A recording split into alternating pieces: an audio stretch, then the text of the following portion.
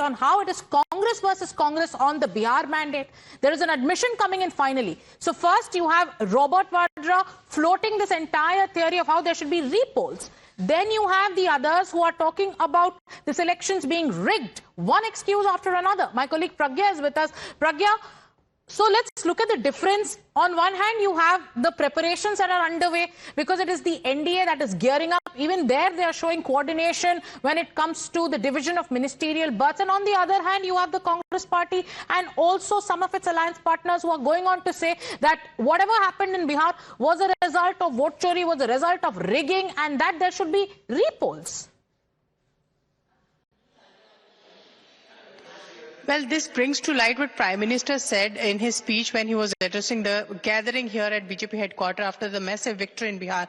He said that political parties, irrespective whether they're in opposition, whether they're in India Alliance or NDA Alliance, they should know that SIR will be done and needs to be done for the purification of electoral roll.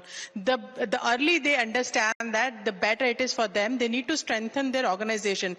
This is an advice that has come from Prime Minister, who has made BJP what it is today right now, having the majority of the MLAs in the country right now, 1600 something MLAs BJP has today, and that also coming from experience. So rather than taking that advice by these opposition political parties, they are saying they're blaming BJP for hijacking the election through Election Commission. Now they also need to understand that they should have had their opposition, their organizations, their block level team in place, so that they would have ensured that their voters, at least if there is any genuine case of someone struck out of the voter list, their voters are there in the list. They need to ensure that, and they will also get a ground reality check also by doing that. And also they will know what issues are striking, resonating on the ground and which are not.